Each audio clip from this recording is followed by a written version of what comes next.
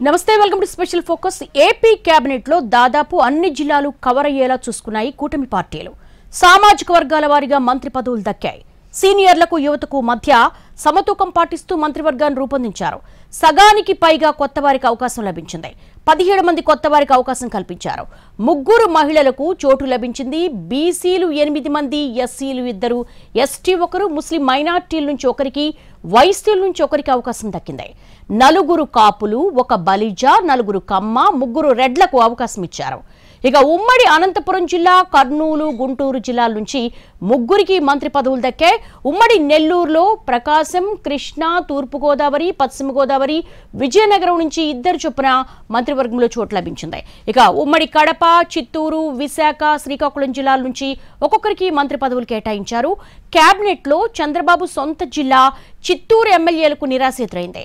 నగర ఎమ్మెల్యే గాలి భానుప్రకాష్, పీలేరు ఎమ్మెల్యే నల్లారి కిషోర్ కుమార్ రెడ్డి, అమర్నాథ్ రెడ్డి సహా పలువురు నేతలు మంత్రి పదవులు ఆశించారు. ఏపీ కేబినెట్ లో మొత్తం 24 మందిలో 17 మందికి తొలిసారి మంత్రులుగా ప్రమాణ స్వీకారం చేశారు. జనసేన అధినేత Konidela Pawan Kalyan, Vangalapudi Anitha, Satyakumar, Nimmala Ramanaidu, Payyavula Keshav, Anagani Satyaprasad, Dola Bala Veeranjaneya Swamy, Gottipati Ravi, Kandula Durgesh, Gummadi Sandhyarani, BC Janardhan Reddy, TG Bharath, S Savitha, Vasamsetti Subhash, Kondapalli Srinivas, Mandipalli Ramprasad Reddy, Nadendla మనోహర్లు మొదటిసారి మంత్రులుగా ప్రమాణ స్వీకారం చేశారు. ఇక అనంతపురం జిల్లాకు మంత్రివర్గంలో పెద్దపీట వేశారు. ఉమ్మడి అనంతపురం జిల్లాకు 3 మంత్రి పదవులు దక్కాయి. సవిత, సత్యకుమార్, పయ్యావులకు మంత్రి పదవులు వరించాయి. ఇక ఉమ్మడి కర్నూలు జిల్లా కూడా కేబినెట్ లో అధిక ప్రాధాన్యం దక్కింది. మొత్తం 3కి అవకాశం కల్పించారు చంద్రబాబు. ఎండి ఫరూక్, బీసీ జనార్దన్ రెడ్డి, టీజీ భరత్ కు మంత్రి పదవులు లభించాయి.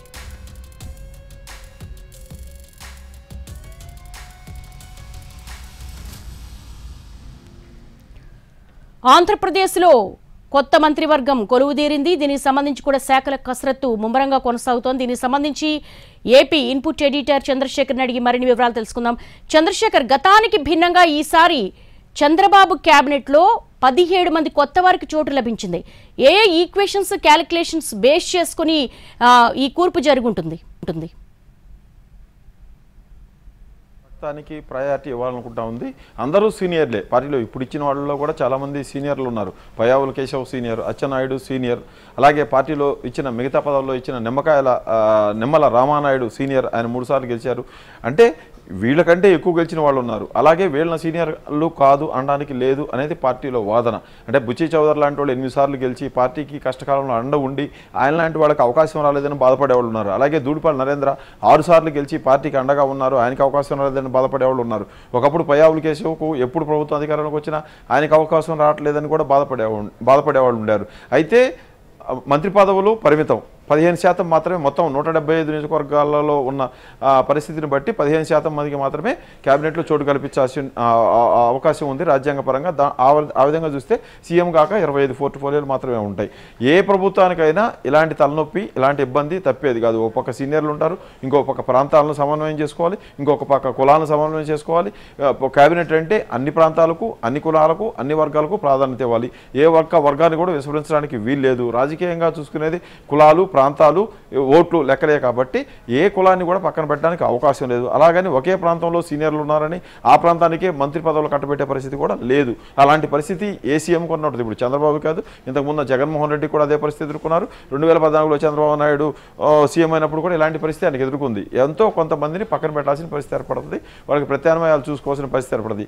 ఈసారి కొత్త వాళ్ళను చూస్ చేసుకోవడం వెనక పార్టీ ప్రతి ఎన్నిక కూడా ఒక సవాల్ లాంటిది.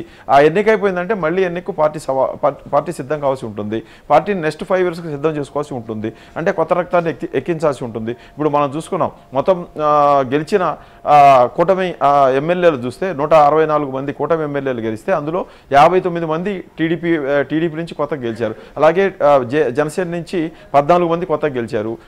అలాగే బీజేపీ నుంచి 4 కొత్తగా గెలిచారు. వైసీపీ నుంచి కూడా 4 కొత్తగా గెలిచారు. అంటే ప్రతి పార్టీకి ఇలా కొత్త వాళ్ళు గెలుస్తూనే ఉంటారు. ఆ గెలిచిన వాళ్ళను కొత్తగా పార్టీలో విలీనం చేయడం కోసం వాళ్ళని పార్టీలో కలిపేసుకొని పార్టీని వృద్ధి చేసుకునే కార్యక్రమంలో చేసుకునే పని ఉంటుంది. ఇప్పుడు ఈ క్యాబినెట్లో చూస్తే చంద్రబాబు నాయుడు గతానికి భిన్నంగా ఆలోచించినట్టుగా స్పష్టంగా కనిపిస్తుంది. 2014 మనం చూసుకుంటే మొత్తం క్యాబినెట్లో ఫస్ట్ టైం ఆయన క్యాబినెట్ని ఏర్పాటు చేసినప్పుడు 2014లో 19 మందితోనే క్యాబినెట్ ఎక్స్పాన్షన్ చేశారు. ఆ 19 మందిలో కూడా ఎవరున్నారు?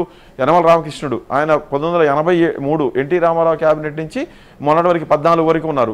యనమల లేని క్యాబినెట్ ఏదైనా టీడీపీలో ఉందంటే ఇదే ఫస్ట్ టైం యనమల లేకుండా క్యాబినెట్ ఉంటాం. యనమల ఉన్నారు 2014 క్యాబినెట్లో, దేవినేని ఉమా సీనియర్ ఆయన ఉన్నారు, అలాగే కేఈ కృష్ణమూర్తి ఉన్నారు. ఈ క్యాబినెట్లో కేఈ ఫ్యామిలీకి అవకాశం లేకుండా పోయింది. కేఈ కృష్ణమూర్తి కొడుకు కేఈ శ్యాంబాబు పతికోణ నుంచి పోటీ చేశాడు, ఆయనకు అవకాశం రాలేదు. అంటే కొన్ని ఫ్యామిలీలు కొన్ని ఏళ్ల క్రితం ప్రభుత్వంలో కనిపించాయి తరచుగా. ఎవరు క్యాబినెట్లో అంటే మనం అందరూ సీనియర్ల పేరు చెప్పుకోవాల్సిన పరిస్థితి ఉండేది. కాకపోతే ఈసారి ఆయన ఆచితూచి అడుగులు వేశారు. కొత్త వాళ్ళని ప్రోత్సహించాలి, వాళ్ళకు కూడా గుర్తింపు అవ్వాలి, వాళ్ళ ద్వారా పార్టీ కూడా గుర్తింపు తీసుకొచ్చుకోవాలి అనే ఉద్దేశంతో ఉన్నారు. మనం శ్రీకాకుళంలో అచ్చెన్నాయుడుకి అవకాశం కల్పించారు, అక్కడ 10కి 10 గెలిచింది. ఆయనకు అవకాశం ఇవ్వాల్సిందే. ఆయన అన్న కొడుకు ఎర్రనాయుడు కొడుకు రామ్మోహన్ నాయుడు ఎంపీగా ఉండి కేంద్రంలో పదవి తీసుకున్నప్పటికీ కూడా అచ్చెన్నాయుడుకి ఆ కారణంగా ఆ సాకుతోటి పక్కన పెట్టే పరిస్థితి చంద్రబాబుకు లేదు. ఎందుకంటే ఆయన పార్టీ అధ్యక్షుడిగా ఉన్నాడు. అచ్చెన్నాయుడు పార్టీకి కష్టకాలంలో అండగా ఉన్నారు.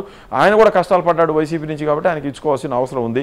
ఈ ఈక్వేషన్ ఎవరు కాదనలేరు. అచ్చెన్నాయుడు పక్కన పెట్టి శ్రీకాకుళం నుంచి మరొకరిని ఆ ప్లేస్లో తీసుకునే ఆలోచన కూడా చేసే అవకాశం లేదు. ఆ విధంగా ఆయనకు అవకాశం కల్పించాల్సి వచ్చింది. ఇక విజయనగరంకి వచ్చేటప్పటికి ఎస్టీల్లో ఎవరికొకరికి ఇవ్వాల్సి ఉంటుంది. ఆ విధంగా ఎవరికి ఇవ్వాలని దాని మీద చూసుకుంటే పార్టీలో సీనియర్ మోస్ట్ నాయకురాలు గుమ్మడి సంధ్యారాణి, ఆమె తండ్రి కూడా ఎమ్మెల్యేగా ఉన్నారు. ఈమె గతంలో ఎమ్మెల్సీగా పనిచేశారు. పార్టీకి లాయలు. పార్టీ 5 ఏళ్లలో వైసీపీ నుంచి ఒడిదుడుకులు ఇబ్బందులు ఎదుర్కొన్నప్పటికీ ఆమె పార్టీని వదిలిపెట్టలేదు, పార్టీ లైన్ కూడా వదిలిపెట్టలేదు. కాబట్టి అలాంటి వాళ్ళని కాపాడుకుంటే ఇంకొక చోట ఉన్న నాయకులు కూడా పార్టీకి నేను లాయల్గా ఉంటే, పార్టీకి నేను కట్టుబడి ఉంటే, పార్టీ లైన్లో నేను ఉంటే నాకు ఎప్పటికైనా న్యాయం జరుగుతుందన్న సందేశం ఇవ్వడానికి చంద్రబాబు నాయుడు గుమ్మడి సంధ్యారాణి ఆమె ప్రాబబుల్స్లో కూడా లేదు. వచ్చిన ఈక్వేషన్స్ అంచనాలు ఇలాంటివన్నీ మనం చూసుకుంటే ఆ ప్రాబబుల్స్లో కూడా గుమ్మడి సంధ్యారాణి పేరు వినపడలేదు. ఎందుకంటే ఆమె ఎస్టీ, సాలూరు మారుమూల ప్రాంతం, మొదటిసారి గెలిచింది కాబట్టి ఆమెకు అవకాశం ఉండకపోవచ్చు అని లెక్కలు వేశారు. కానీ చంద్రబాబు నాయుడు లెక్కలు వేరుగా ఉన్నాయి.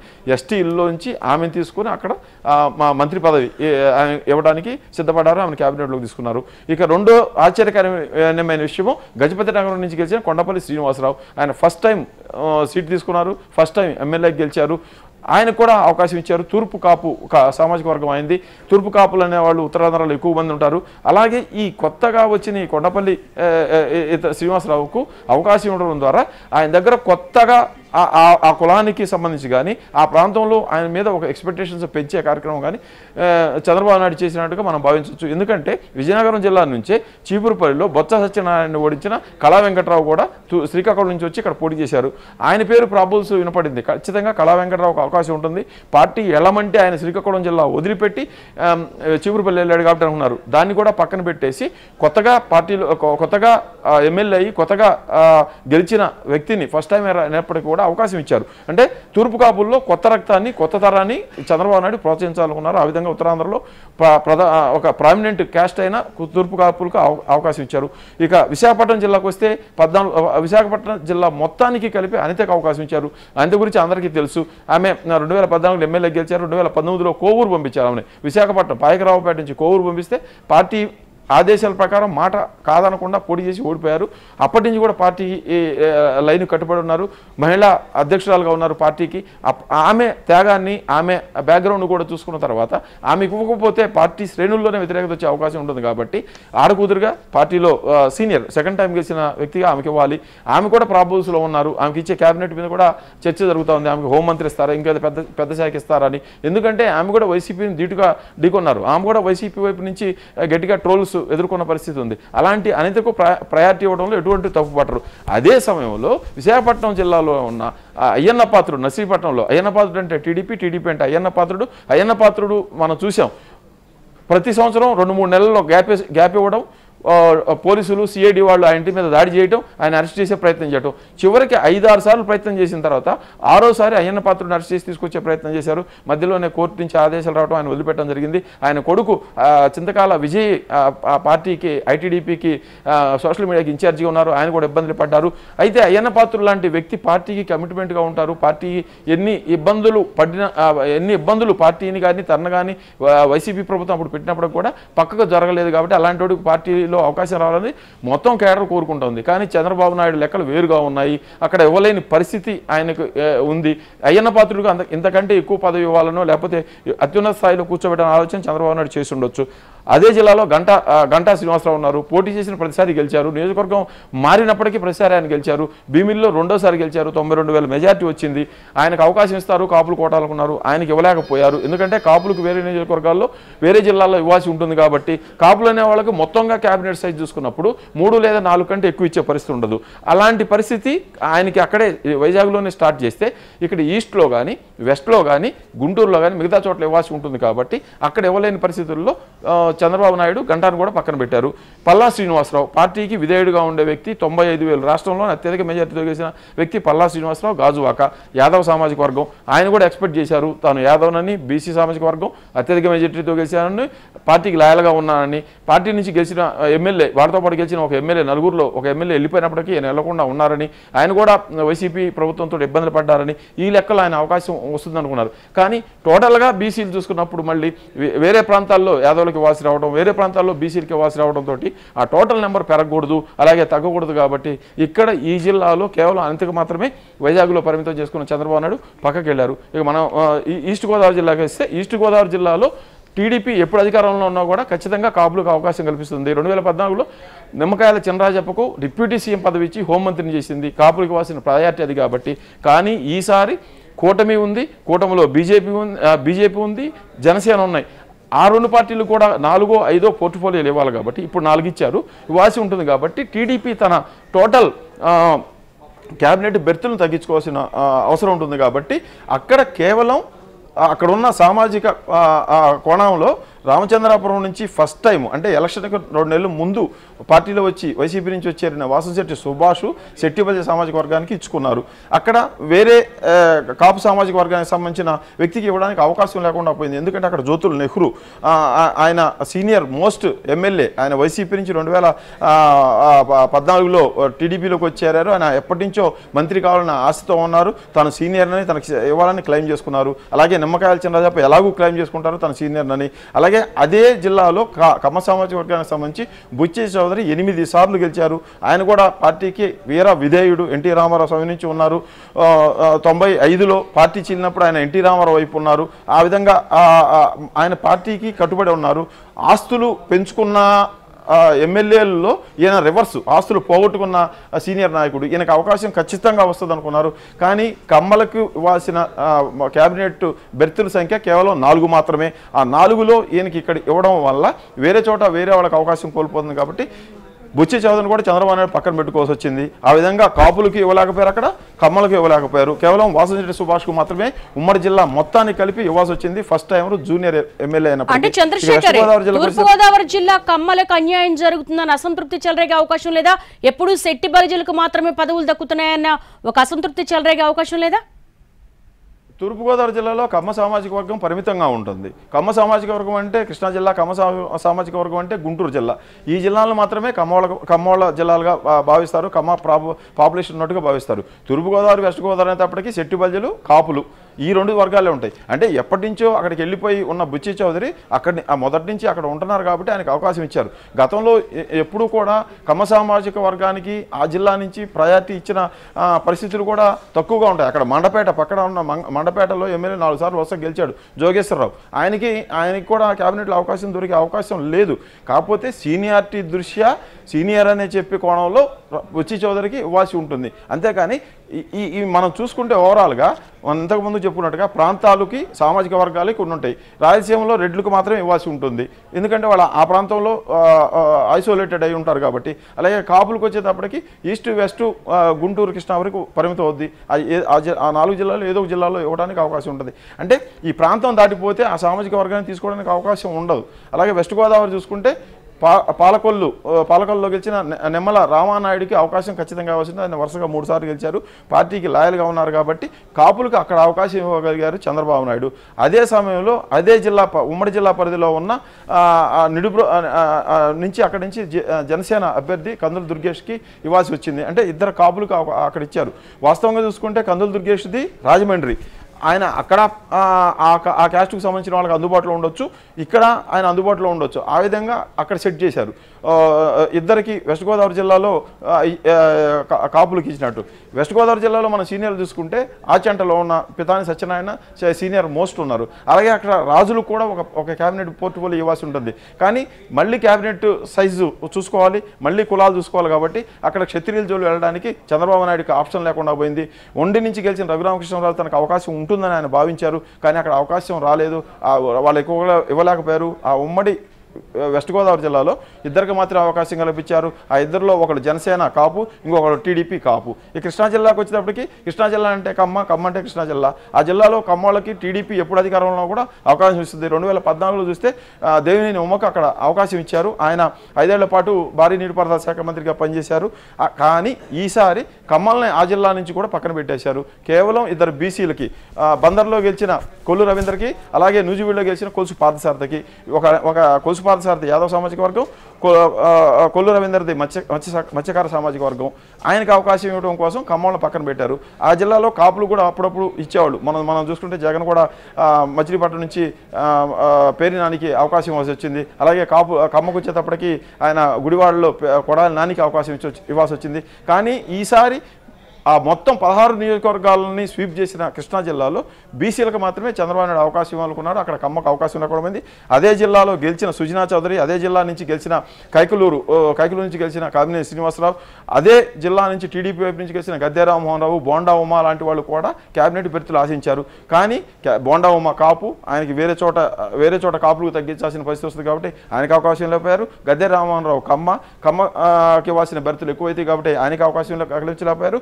బీజేపీ నుంచి ఏకైక పేరు ఆ పార్టీ సూచించింది కాబట్టి ఆ పార్టీలో మొదటి నుంచి ఉన్న ధర్మారావు నుంచి గెలిచిన సత్యకుమార్కి ఆ పార్టీ అవకాశం ఇచ్చింది. అందుకని సుజనా చౌదరి పేరు కానీ కామినేని శ్రీనివాసరావు పేరు కానీ పరిశీలనకు వచ్చే అవకాశం చంద్రబాబు వైపు నుంచి ఉండదు కాబట్టి ఆయన ఆ వర్గాన్ని అక్కడ పక్కన పెట్టాడు. ఇక గుంటూరుకు వచ్చేటప్పటికి టఫ్ సిచ్యువేషన్ ఉంటుంది.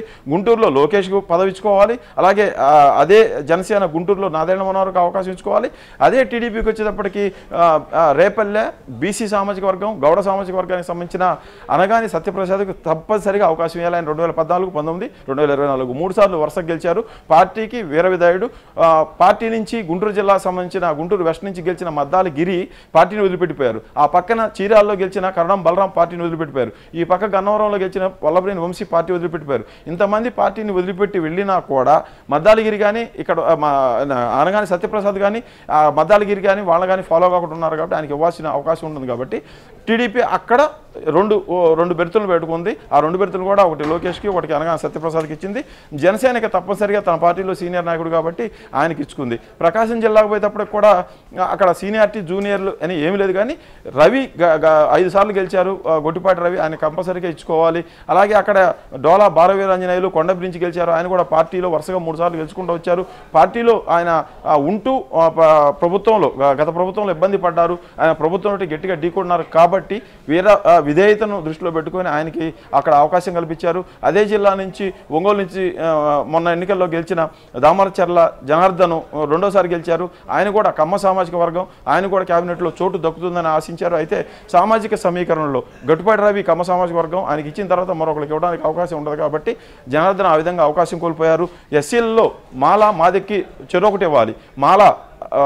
బాలాంజనేయులకి ఇచ్చారు, మాదిగా అంతకి ఇచ్చారు కాబట్టి 2 ఆ సామాజిక వర్గాలకు అక్కడ సెట్ చేశారు. ఆ విధంగా టీడీపీ ఆ జిల్లాలో రెండు పోర్ట్ఫోలియో తీసుకుంది. ఆ జిల్లాలో జనసేన పోటీ చేయలేదు. అక్కడ ఇక నెల్లూరు జిల్లాకు వస్తే నెల్లూరు జిల్లాలో నెల్లూరు సిటీ నుంచి ఫస్ట్ టైం పోటీ చేశారు నారాయణ. పోయినసారి పోటీ చేసి ఓడిపోయారు, ఈసారి గెలిచారు, ఫస్ట్ టైం గెలిచారు.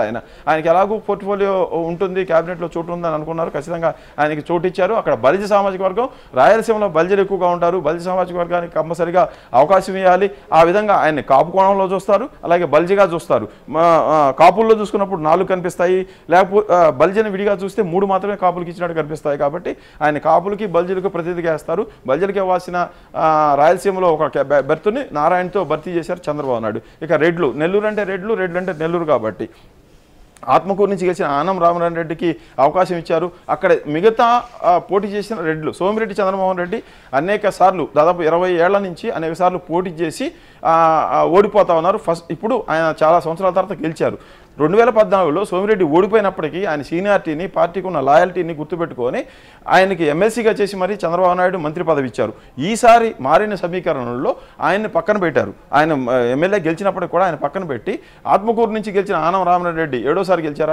ఆయనకు అవకాశం ఇచ్చారు, ఆయన మంత్రిగా చేసుకున్నారు. రెడ్డి సామాజిక వర్గం అక్కడ పోటీ తక్కువగా ఉంది. ఉదయగిరి నుంచి మొదటిసారి గెలిచారు, గూడూరు నుంచి సునీల్ ఫస్ట్ టైం టీడీపీలో గెలిచాడు, కావల్లో వచ్చేటప్పటికి ఆయన కొత్తగా గెలిచారు కాబట్టి కొంత వెసులుబాటు కల్పించింది. సూళ్లూరులో కూడా టీడీపీ అభ్యర్థి కొత్తగా గెలిచారు, ఫస్ట్ టైం గెలిచారు కాబట్టి. అలాగే వెంకటగిరికి వచ్చేటప్పటికి కొంచెం కురుమండల రామకృష్ణ కమ్మ సామాజిక వర్గం, ఆయనకు అవకాశమే లేదు. నెల్లూరు జిల్లా నుంచి కమ్మ సామాజిక వర్గానికి క్యాబినెట్లో తీసుకునే అవకాశం, ఆయన సీనియర్ అయినప్పటికీ కూడా ఆ విధంగా ఆయన అవకాశం కోల్పోయారు.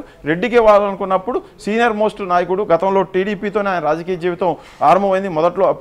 మధ్యలో కాంగ్రెస్కి 2 రోజులు, వైసీపీకి 2 రోజులు పోయినప్పటికీ కూడా ఆనం రాజకీయ జీవితం అంతా కూడా టీడీపీతో మొదలైంది. కాబట్టి ఈ విధంగా అక్కడ ఆనం రామనారాయణ రెడ్డిని పికప్ చేసుకున్నారు చంద్రబాబు అని చెప్పవచ్చు. ఇక చిత్తూరు జిల్లాకు వచ్చేటప్పటికి చిత్తూరు జిల్లాలో చంద్రబాబు నాయుడు అనూహ్యమైన నిర్ణయం తీసుకున్నారు. ఆ జిల్లాలో చాలామంది ఆస్పిరెంట్స్ ఉన్నప్పటికీ కూడా కేవలం తను ఒక్కడిని మాత్రమే కుప్పం నుంచి సీఎంగా ఉన్నాను కాబట్టి ఆ జిల్లాని ఆయన క్యాబినెట్ కూర్పులో నుంచి పక్కన పెట్టేశారు. అక్కడి నుంచి ఎవరిని తీసుకోలేదు. మాజీ మంత్రి అమర్నాథ్ రెడ్డి ఉన్నారు, ఆయన వైసీపీలో గెలిచి 2014లో టీడీపీలోకి వచ్చి మంత్రి అయ్యారు. అలాగే నల్లారి కిరణ్ కుమార్ రెడ్డి సోదరుడు కూడా ఉన్నాడు, కిషన్ రెడ్డి, ఆయన కూడా క్యాబినెట్లో బెర్త్ ఆశించారు. అలాగే నగరిలో రోజాని ఓడించిన భానుప్రకాష్ రెడ్డి ఉన్నారు. అలాగే శ్రీకాళహస్తిలో గెలిచిన బొజ్జల గోపాలరెడ్డి కొడుకు ఉన్నారు. వీళ్ళందరూ కూడా ఆశించినప్పటికీ కూడా ఈ చేర్పులు, మార్పులు, కూర్పుల్లో వాళ్ళకి అకామిడేట్ చేయలేక తన జిల్లాని పక్కన పెట్టుకోవాల్సిన పరిస్థితి చంద్రబాబుకి వచ్చింది.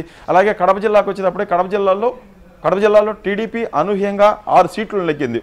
6లో 1 రైల్వే కోడూరులో జనసేన, ఆ జనసేన కూడా అనూహ్యంగా నెగ్గింది. అక్కడ రైల్వే కోడూరులో టీడీపీ గెలిచి 25 ఏళ్ళు అవుతోంది. అలాగే కడపలో గెలిచిన ప్రొద్దుటూరు కానీ, మైదుకూరు కానీ, మిగతా చోట్ల 20-25 ఏళ్ళు అవుతుంది టీడీపీ గెలిచి.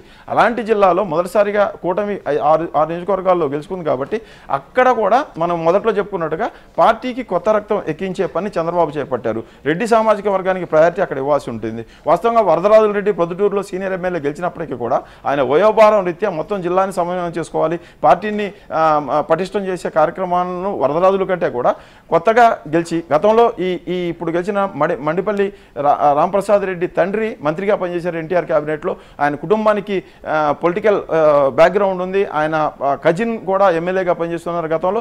కాబట్టి ఆయన రాయచోటిలో జైంట్ కిల్లర్ లాగా గత 5 పర్యాయాలు ఓటమంటూ వెరగని శ్రీకాంత్ రెడ్డిని ఓడించిన రాంప్రసాద్ రెడ్డిని ఈ క్యాబినెట్లోకి తీసుకొని మొత్తం కడప జిల్లాలో పార్టీని పటిష్టం చేసే కార్యక్రమాన్ని ఆయన తీసుకున్నారు. దేవి, థ్యాంక్స్ ఫర్ అనాలిసిస్ చంద్రశేఖర్. విధేయత, సామాజిక సమీకరణాలు, అట్ ద సేమ్ టైం పాత కొత్త వారి కలయికతో ఆంధ్రప్రదేశ్ కొత్త కేబినెట్ కొలువుదీరింది. ఇక శాఖల కేటాయింపు మాత్రమే మిగిలి ఉంది.